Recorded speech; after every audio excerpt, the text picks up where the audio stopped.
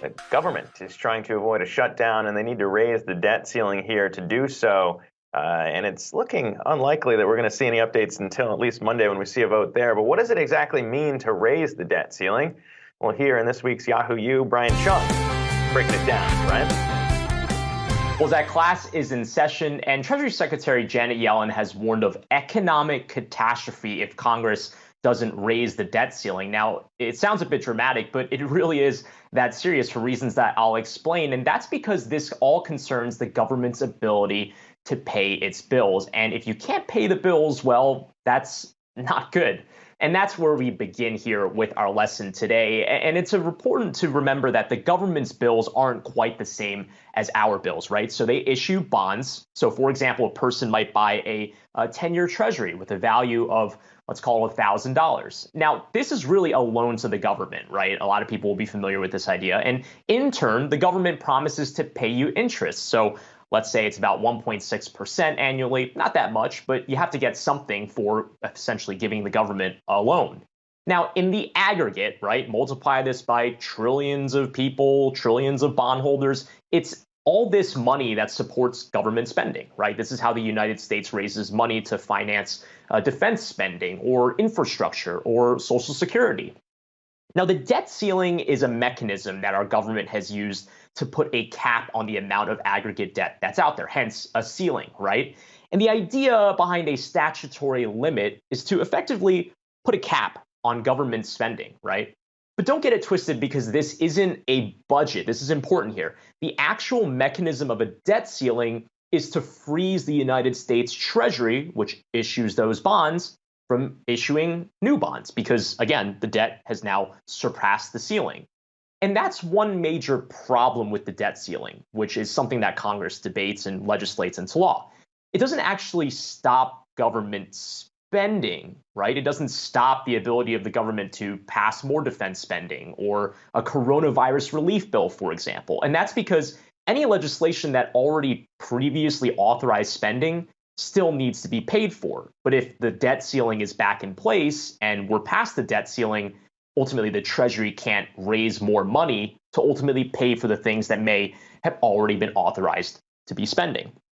Now, the current kerfuffle, if you want to call it that, over the debt ceiling is not new, right? But for the most part, you can see that over time, the federal debt has expanded, and Congress has agreed, oftentimes on a bipartisan basis, to raise the ceiling. This chart is a lot, but the ceiling is in blue. This is, again, what Congress has negotiated as the new debt ceiling, which is in eye-popping numbers now in the T's. But the federal debt itself, the amount that the Treasury actually has outstanding as the bills it needs to pay, is illustrated here in purple. Now, a major thing to emphasize here is that, yes, right now, right, this bit right here, you can see the purple is above the blue line. So we have more debt than the current debt ceiling, which is about $28.5 trillion. The reinstatement of that 28.5 number is something I'll get into in a second. But again, what is the reason for why we're above the debt ceiling now, right? This is not the infrastructure bill that the Biden administration wants to get into place, because that hasn't been passed yet. A lot of what this is, this accumulation of debt that surged past the ceiling, is actually the explosion in the CARES Act spending, right? Over $3 trillion in total that were spent to try to keep households and businesses whole during a pandemic. And it's important to remember that the debt ceiling that we face now was not negotiated before the pandemic happened. So no one anticipated the United States having to take on trillions of dollars of debt when they were debating the debt ceiling the last time they had that conversation, which brings us to where we are today.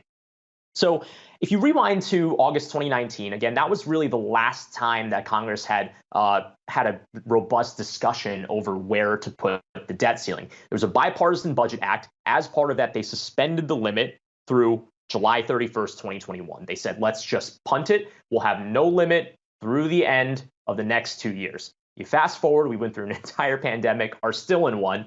And as of August 1st of this year, the debt limit was reinstated. And there's a mechanism in place where they account for whatever the debt level is at that time.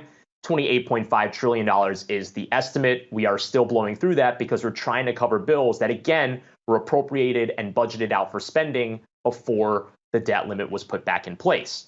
Now, it's not all doom and gloom as of the day that the debt limit is put back in place, and that's because the Treasury has a reserve of cash that they can use to tap into to pay the outstanding debt in the meantime.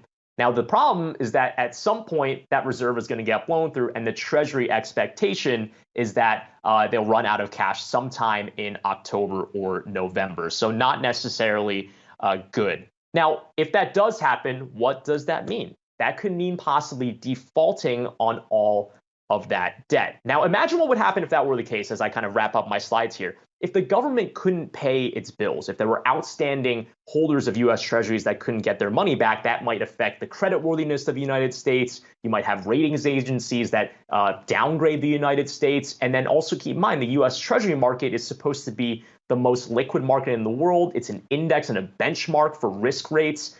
That could create a whole financial market implosion, not just in the United States, but in the world globally, which means that it's really not quite an exaggeration for the Treasury Secretary to say it could cause widespread economic catastrophe if it is indeed the case that the United States doesn't have the debt ceiling put back in place. So a little bit of a scary scenario there. But again, we have until October or the end of, or possibly into November to deal with that. We'll see if Congress can get that through. But that wraps up this week's Yahoo U, guys. A little bit of a doom and gloom situation there, but hopefully someone gleans something out of that, at least from Congress's point of view. Yeah, I mean, not what you want to see happen, especially not when you got China dealing with their own issues too with Evergrande. But Brian, I mean, it sounds like you're saying there's a chance if we even don't see the debt ceiling raised here, a deal reached by the end of the month, that there's enough cash to hold you over through October to November. So maybe still potentially some wiggle room. Yeah, certainly. We'll see. We'll see if that is the case. But again, not a lot of wiggle room there.